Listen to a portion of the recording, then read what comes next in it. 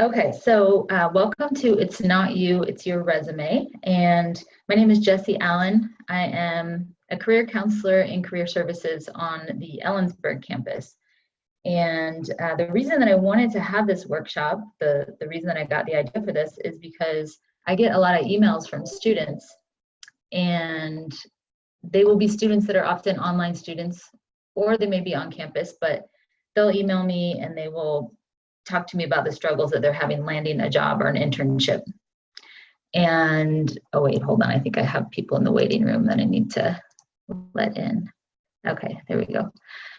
And they'll say, I'm having such a hard time landing an internship, or I'm, not able to find a job and I've been trying for months. And usually I'm thinking, okay, maybe there's something wrong with this student, to be honest, like that they're having troubles because maybe there's something wrong with them. Well, then we'll set up a phone or a Skype appointment and I'll actually talk to the person and I'll realize, like, man, this is a really nice person. This person seems to have it together and they have some good experience. And so I'm not sure why they're not getting any bites. And so usually I'll ask them, like, are you getting interviews? And if they say they're not getting any interviews, then usually we know that we need to look at the resume.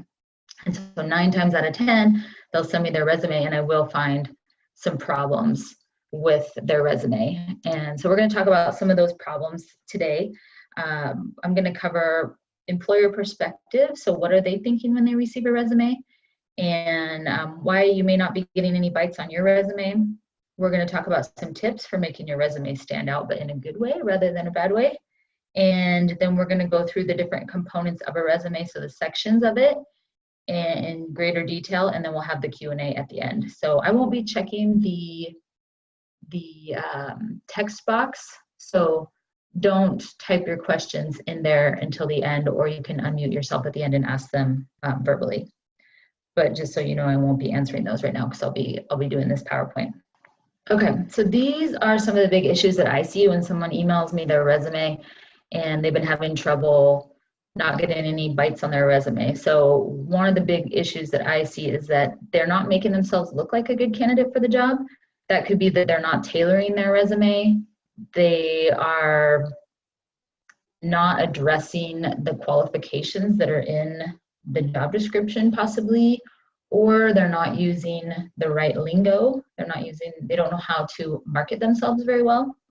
Another thing that I see is mistakes. So just spelling, punctuation, grammar mistakes. I've seen people who had that they worked as a manger rather than a manager. And because manger is an actual word, it didn't pick up, Word didn't pick up that it was an error, but the employer's thinking, geez, if you can't even spell your job title, how are you going to be on the job, right? So the employers are judging you like that. They're looking, one, to find mistakes in your resume because they actually want to narrow down their pile. They want to make it easier on themselves when they've got tons and tons of resumes to look at. And also they're trying to judge how you would be on the job. Like they're trying to determine, just by looking at your resume and never meeting you in person, how might this person be on the job? So things like sloppy formatting, that makes them think that you'd be a sloppy employee. If you can't get it right here on something as important as a resume to try to get a job, how are you going to be once you're comfortable and on the job, right? So your resume does represent you. You want it to represent you positively rather than negatively. And employers are picking up on a lot of this other stuff that you might not even be aware of. So another thing is inconsistencies that make you look like you don't have an eye for detail. And being detail oriented is important to a lot of employers. And when I mean inconsistencies, I'm talking about things as simple as maybe you've got your dates listed differently throughout your resume. So maybe you've got one area where you're writing out the month, and then later instead of writing it out, you're using the numerical representation of the month. Or you, in one instance, listed your job title first for a position and then the company, but maybe in the next instance, you've got the company listed first and then the job title. So they want to see that things are formatted in a way that shows consistency and attention to detail. Another problem I see a lot is what we call vague claims.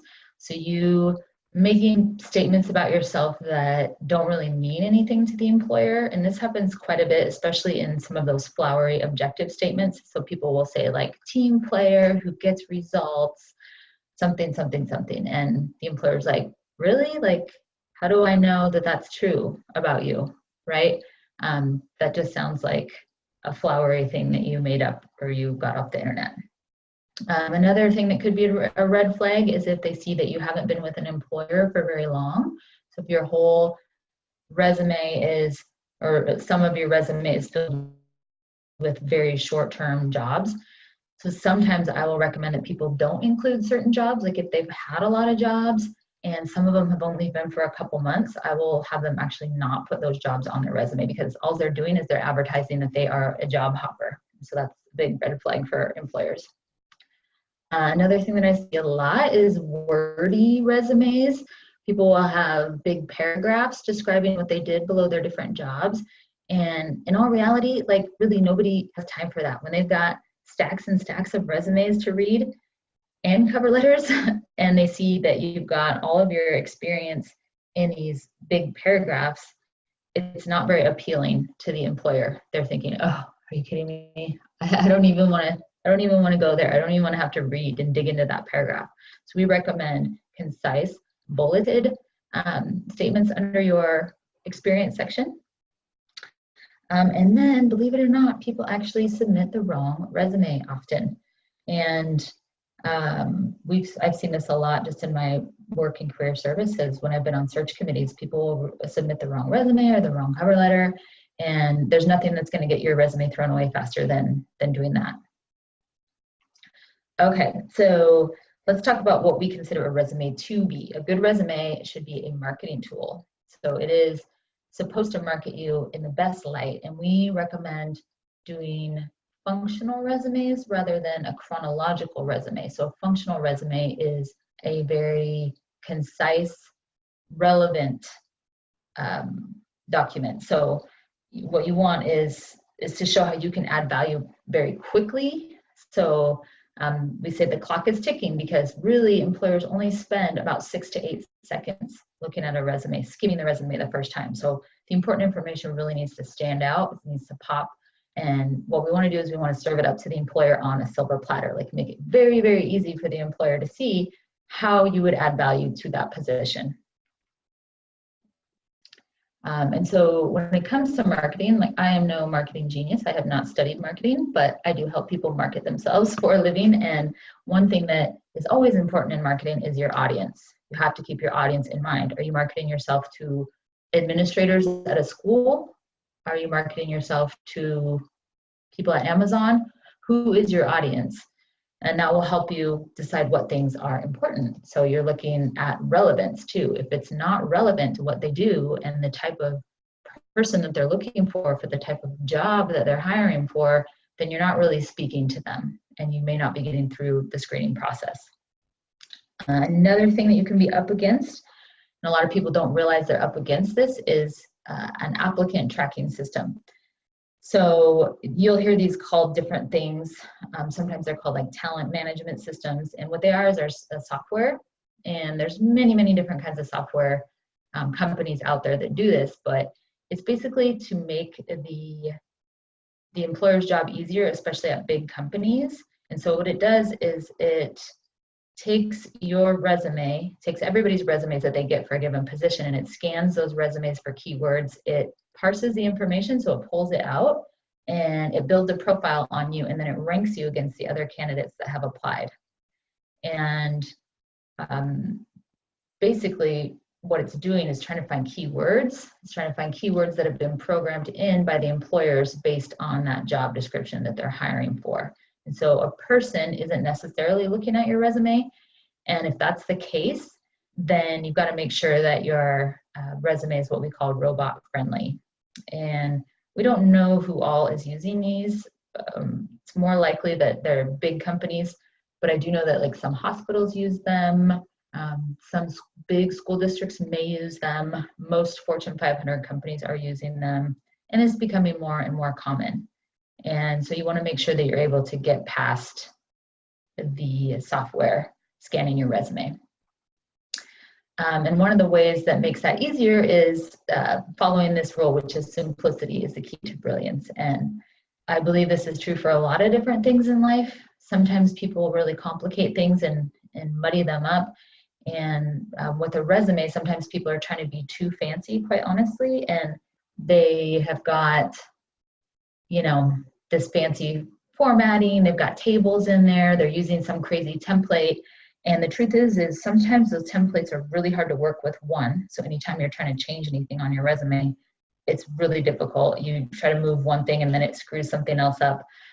Or they're not getting past the applicant tracking system because the applicant tracking system can't parse them. It can't pull them apart like it needs to. It can't read them. And so we actually recommend using a more simple format. There are some majors that we recommend a more like creative type resume for, but that's for the more artistic majors like graphic design, maybe, you know, fashion merchandising, things like that. But for the most part, we want a simple resume that is well formatted, that it doesn't have any errors in it, and we want the information to stand out more than the formatting or the fancy font, if that makes sense. So what are employers looking for? This is another problem. Sometimes students really don't know how to market themselves because they just don't know what employers really are looking for. And so they're maybe not using the correct words, the correct keywords in their resume. So I'm going to take you guys to a survey here. And it's done by the National Association of Colleges and Employers. And it's where they survey employers every year. And they ask them, what are you looking for? So let's look at my screen. This is the survey that I wanted to share with you guys. And so, like I said, every year they survey employers and ask them, what attributes are you looking for on a candidate's resume? And so you've got here the top skills. So communication skills. Here it says written, problem solving skills, ability to work in a team, initiative, all kinds of different things. But what you'll see on this survey is that the majority of these things are actually soft skills. There are some hard skills in here too, but the majority are soft skills. And what you don't want to do, while you do want these things to appear on your resume, because obviously employers are telling us that they value this, you don't want to just make these claims without proving that you have these. And so the way that you can prove that you have these is to actually utilize these in your bullet points underneath your experience section. So rather than just saying somewhere on your resume that you're a great problem solver and you have great communication skills, you could, under one of the bullet points in your experience section, show how you utilize those skills. So you could say utilized effective problem solving to blah, blah, blah, blah, blah, or utilize great communication skills to provide excellent customer service to a diverse clientele. So if you ever want to look this up, they're called NACE, the National Association of Colleges and Employers, and just know what employers want on resumes and you'll find it. Okay, so let me go back to the PowerPoint here. All right, so another way that you'll know what employers are looking for is if you get your hands on a job description. So I think it's really important. Anytime a student comes to me and they want to apply for a job, I always ask them, you know, can you send me the job description or can we pull up the job description? Because if you can tailor that resume to the job description, you're going to have a much better chance of getting through the screening process. So what I usually do is I have them, you know, pull it up, we'll print it off, and then I will have them read through each of the bullet points and highlight what they have experience doing. So anything or a quality that they possess, but I'll have them go through and just read through and highlight. So here they've got bilingual proficiency in English and Spanish, ability and skills necessary to individualize instruction. So this is for a teaching position. And you'll see at the top, it's got professional qualifications. So most job descriptions will have something like that. It'll say like minimum qualifications and then preferred qualifications, or just all the qualifications under one section like this with professional qualifications. But if you are addressing these things, if you use this as your material for your resume and your cover letter, you're going to have a much better chance of getting through the screening process, because now you're making your resume actually relevant to an employer. You're actually making it easy for them to see how you could be a good fit for their position. And so what I'll often have people do after this is, beside every spot that they highlighted, I'll have them write where they've demonstrated these skills, because remember, you've got to show that you can do them, that you have done them, not just list that you have these. So if they said that they have the ability to work with students in multi-aged groups, I say, okay, where have you demonstrated that? And then they say, oh, well, when I worked at this summer school. So I'll go, okay, so now we need to put a bullet point under that experience where you worked at that summer school, talking about how you worked with students in multi-age groups. So you're making things relevant, you're making it easy for the employer. Okay, so now we're going to go through the different components, the different sections of a resume. And again, just hold your questions till the end if you have those, and I may answer some of them as we go. So here is the header, and you want your name to be bigger than the rest of the font on your resume, a little bit bigger, but not too big to where you're taking up valuable real estate. So we usually say plus or minus 16-point font for that. And the middle initial, the reason why we have that is if it's a kind of common name, we tell people to put the middle initial so that if the employer, I shouldn't say if, I should say when the employer Googles you, they'll be able to find the right you, because a lot of employers are looking up their candidates. Like once they get their pile whittled down and they've got like their top 10, then they will start getting on social media and seeing if they can find any dirt on you. So you want them to be able to find the right you. And so we put a middle initial if you have a really common name. Put your address, although that's not totally required, it can be a benefit or a downfall too, depending. So you may want to think about that. Like if you are applying to a job that's really far away, then putting your address that's really far away might not be a good thing. So you could leave it off in that case. You could put your, like if you're applying to a job on the west side, but right now you live in Ellensburg, but your parents live on the west side, you could put your home address on the west side so that it shows that you're closer, and people like to do that. You'll see here that it's got an email address. You want to use a professional email address, not some weird email that you've had since you were 12. It's got a weird name in it. You also, if you have a website, you could put your website, and if you have a LinkedIn account, you want to put your LinkedIn account on there as well. The rest of your resume should be 11 to 12-point font, because any smaller than that, and it's going to be difficult possibly for somebody to read if they have to squint when they're reading your resume. They may get irritated. Anything bigger than 12-point though is going to be taking up valuable real estate. So you always have to think about your real estate.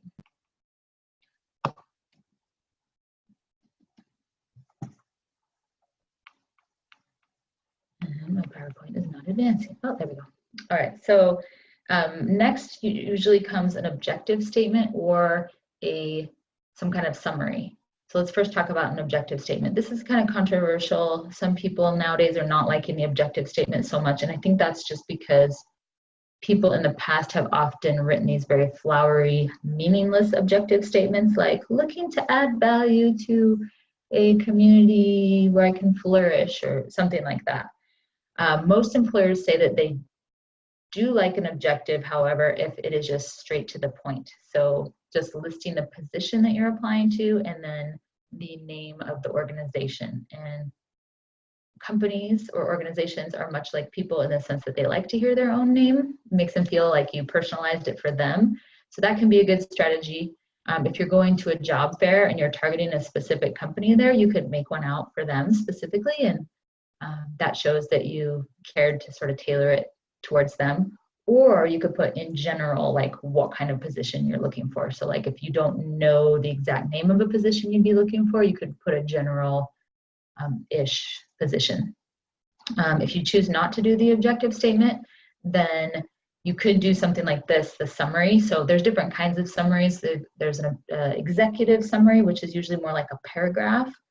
And it's just got these little statements about you in a paragraph form. And it's just kind of like a intro to you. Or a summary of qualifications, which is more of a bulleted out thing like what you see down below, or a professional summary. This could also be called a professional summary. And basically what it is it's kind of like a greatest hits is what I would call it. So you would be compiling all of the most interesting or the best skills that you have from your resume and putting those up at the top so that the employer can quickly see how you would add value. And it's just generating that interest. It's kind of like the hook to get them to be interested in your resume, and so that they don't have to sift through a bunch of information right off the bat. So decide which one you want to do, but don't do both.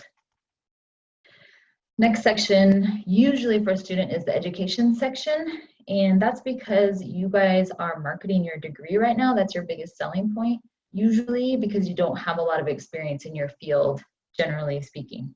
If you do have a lot of experience in your field already, you could have your experience section before your education section. So we like to go in order as you go down the page, most relevant to least relevant. And then if you are going on to a second page, that's going to be the most least relevant information to that job that you're applying to. So you're always tailoring, you're always swapping sections if you see that certain things are more important to that employer than other things. So this is the order that is typical for a student, but not always the case. So what you want to do is you want to spell out your degree. So is it a Bachelor of Arts? Is it a Bachelor of Science? And then we recommend bolding your degree and then putting when you're graduating.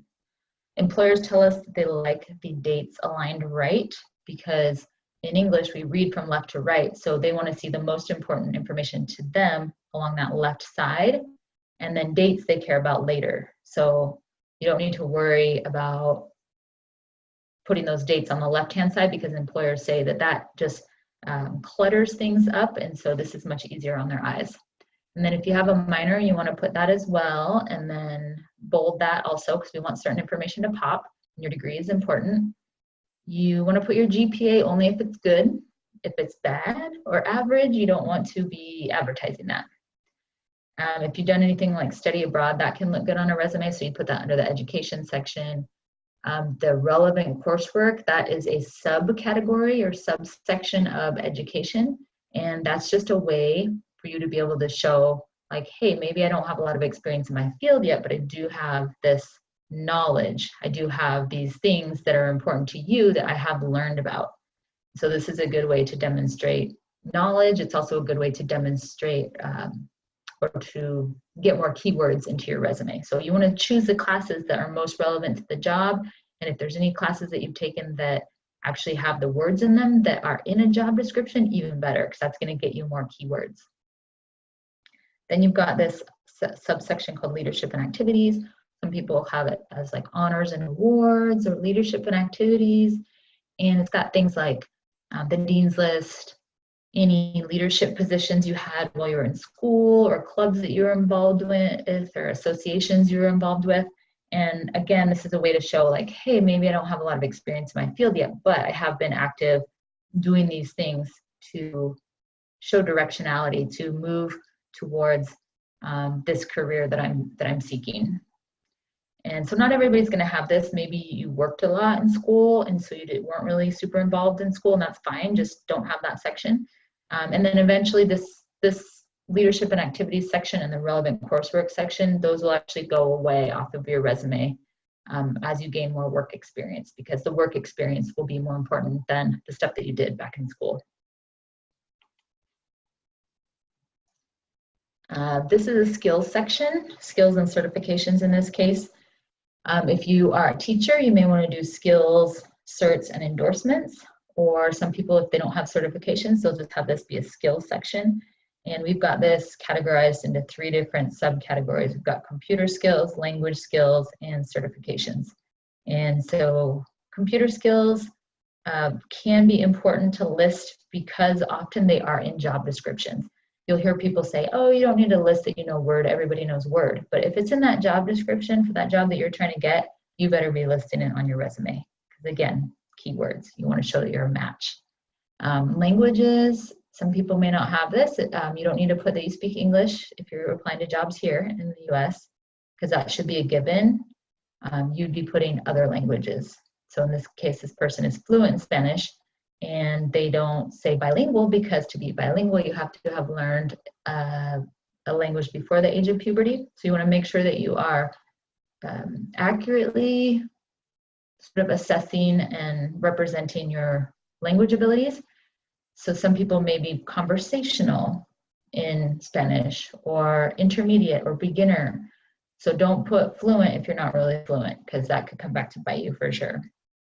Certifications in this case, we've got first aid, CPR, health fitness instructor.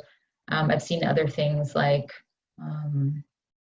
teaching certification or a Microsoft Office specialist. There's different things depending on what your field is. And some people have the skills section at the top of their resume if it's a very skills heavy job, or if they're asking for a lot of different skills in that job description.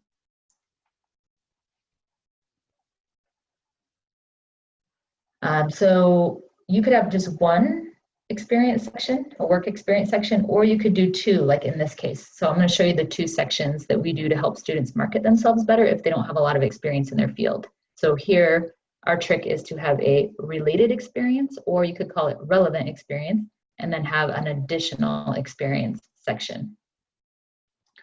So the related experience would be a job, or could be an internship, or like in this case, it's a research assistant position. So we're not saying that you necessarily got paid for this experience, but we are saying that it's relevant to what you're trying to do. So it's very important that you put these things on your resume. So it could be that you were doing research here at the university with someone in your field. Maybe you're a psychology major and you helped with a research study. You want to put that if that's related to the job that you're trying to get. Like I say, even if you weren't paid for it, it's still important. And then the additional experience would be other jobs that you've had. So you still want to show that you've had a work history. And so you still do want to list those jobs, even if you don't think they're relevant to the job that you're trying to get. And also think about, in this scenario, transferable skills. So even though being a barista might not be totally, or doesn't seem to be related at all to a job as an engineer, there's still transferable skills. And a lot of those transferable skills are the soft skills that we saw in that survey that I showed you guys from NACE.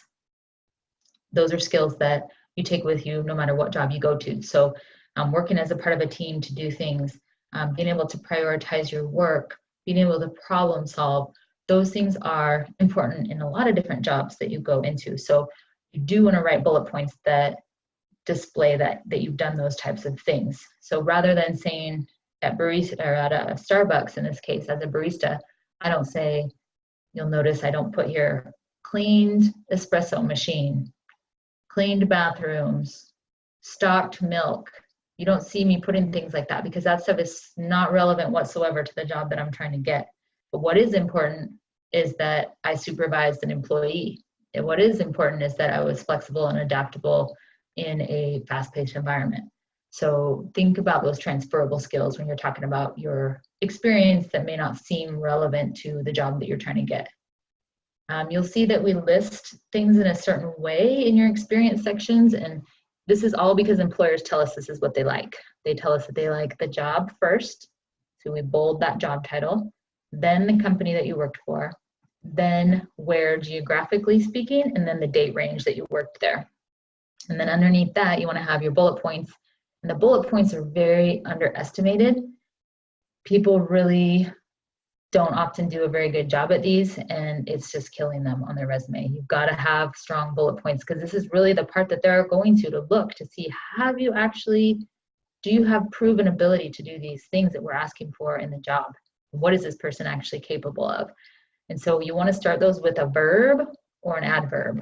And the reason why you want to start it with a verb, a strong verb, is because you want to show action. You don't want to sound like a passive employee who just put up with their job, just had duties or was responsible for. Those sound so lame and so passive. You want to make yourself sound action-oriented, like you conducted, you assisted, you demonstrated. So I will show you guys at the end some resources that we have on our website, and one of those things is a verb list. So you can go through the verb list and you can just pick out verbs, and it'll make it super easy for you to just kind of rip through that section of your resume.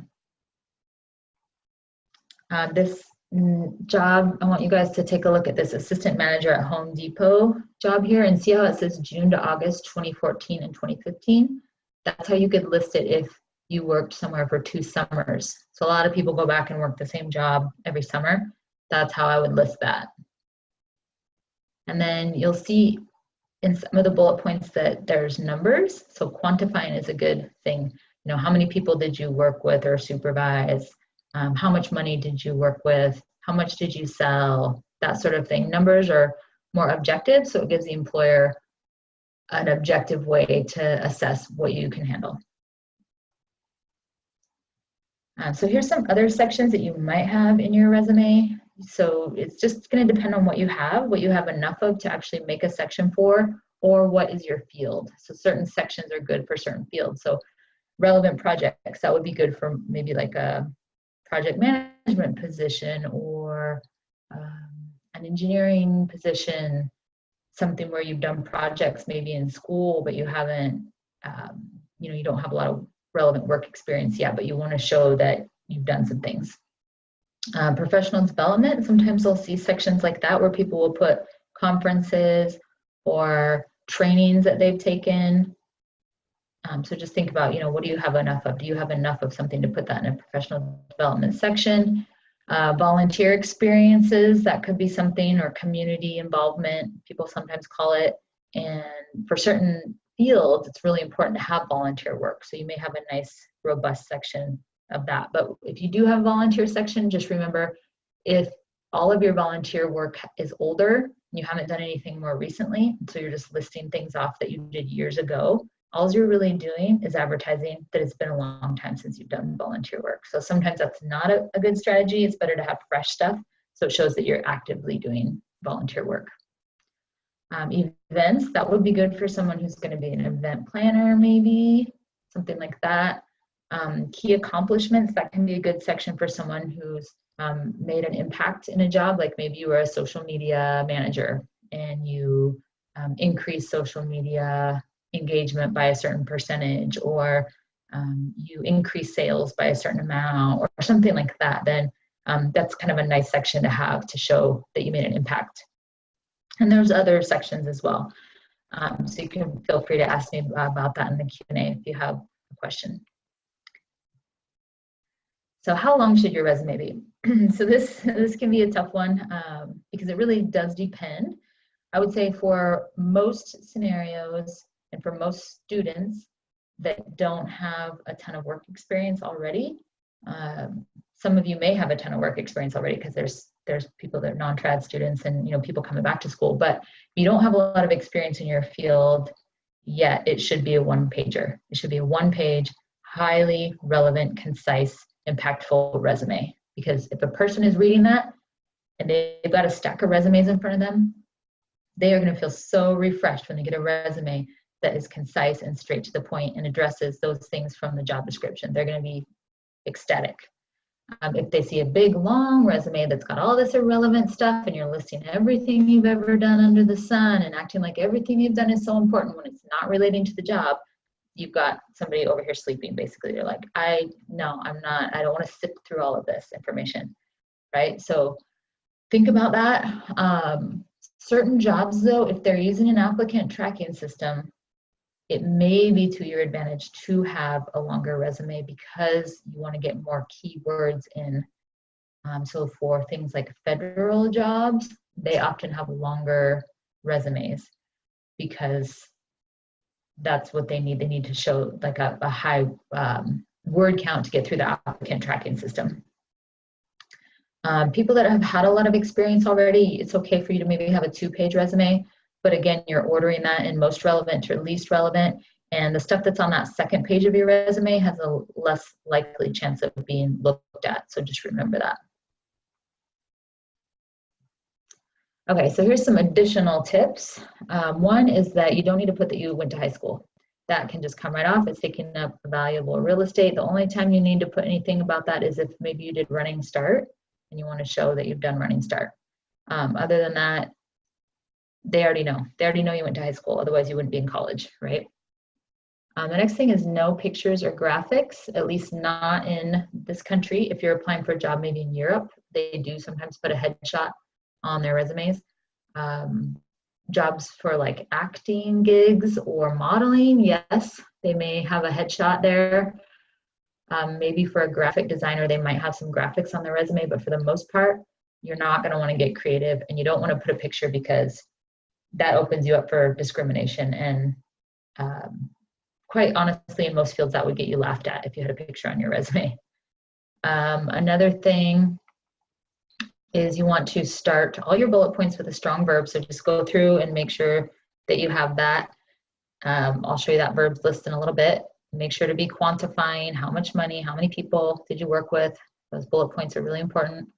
Go through and check that they are in present tense for your current jobs. So if it's a current position that you have right now, it should be present tense verbs like assist, facilitate, provide. But if it's a past job, it needs to be in past tense: presented, facilitated, implemented. So just check that every time, because sometimes people will move on to another job, but then they'll forget to put that now past job into past tense. And then we do recommend that you always keep a running resume, just so you're always keeping track of all the things that you're doing, but that you tailor each time. So you should have various resumes saved on your computer, ones for different types of jobs, or different fields altogether. And then if you do get a chance to turn in a physical copy of your resume, so say it's like a career fair or something, it would be smart to put it on resume paper. And that's like a little bit of a thicker paper. It's sometimes got a color to it, like a beige or cream color or like a light gray. And that's just to make you look more professional, because it's like thicker and it's really nice paper. And it also makes your resume stand out. So like if you went to a career fair and all the other students there are handing out these, wrinkled, dirty resumes that they pulled out of their backpack, and you have that on a nice piece of resume paper and you've been keeping it in a folder, then you're going to make yourself stand out. And then when they leave and they've got all these resumes that they've accumulated and they're looking through them later, you're standing out again. So that's just a nice way to make yourself look professional. So here on our website, that's cwu.edu/career. We have all kinds of resources on all kinds of career stuff, but we do have a resume section that okay. So taking you to our website, just take this part off. We'll go to the home page. And if you go to the section here, it says student/alumni and then career resources. And then scroll down, you'll see all the different sections that we have. If you go into resumes here, you're gonna see that if you scroll all the way down, you'll have all kinds of info and tips, but I'm gonna scroll down to the handouts section. So right here, this business arts sciences sample, if you pull that up, you'll see what we call a sample resume. It's not heavily templated or formatted, just very simple, and you could type your info into this and you could save it as your own if you need to start a resume or if you want to kind of redo your resume. And it's taking a while to open, but that's what that looks like. So yeah, you can just type your info over it, save it as your own. There's one for education, so if you're going to be a teacher, then that's the one you would use. And then there is this action statements and action verbs. These are really, really nice handouts. The action verbs just gives you a big list of all kinds of verbs that you could use. And that just makes things much easier. And then you're not repeating the same verb over and over again. You've got some verb variety in your resume, and you can find words that capture what you want to say possibly better. So that's one really nice resource. And then another one is this action statements. And this shows you how I was talking about how some people sound really passive in their bullet points under their experience section, whereas other people sound really active. So at the very least, you want to be sounding active. If you have instances where you actually have made some improvements on different things, you could do this one on the far right that's active with accomplishments. So like in this person's case, they said motivated slow learners by implementing math activity centers and cooperative learning groups increased test scores by 40%. So now you're making yourself sound even better to the employer because you were able to make an impact there. So you want to avoid the passive sounding bullet points and at the very least get to the active in that middle column. And then we do also have a references sample here. So references should not go on your resume. That's one, taking up valuable real estate. And two, you shouldn't really be putting other people's contact information on your resume, especially if you're going to a career fair and you're handing out a bunch of copies. Most employers are going to have a box when you apply to their job online that has a box to upload a document that's got your references on it, or at a certain point in the hiring process, they'll ask you for references and then you'll just provide those. So you don't even need to write on your resume, references will be provided upon request, because they already know that you will provide those if you want the job, right? So that's just, again, wasting that valuable real estate.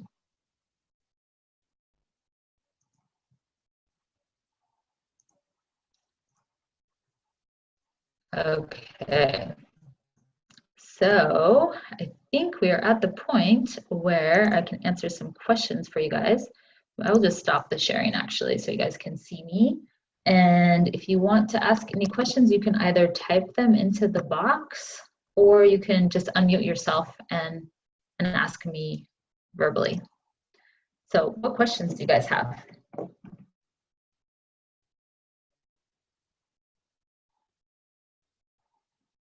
Anything? So again, you have to unmute yourself if you wanna check the chat box. Okay, got some stuff in the chat box. So it says, what is a GPA that is considered good?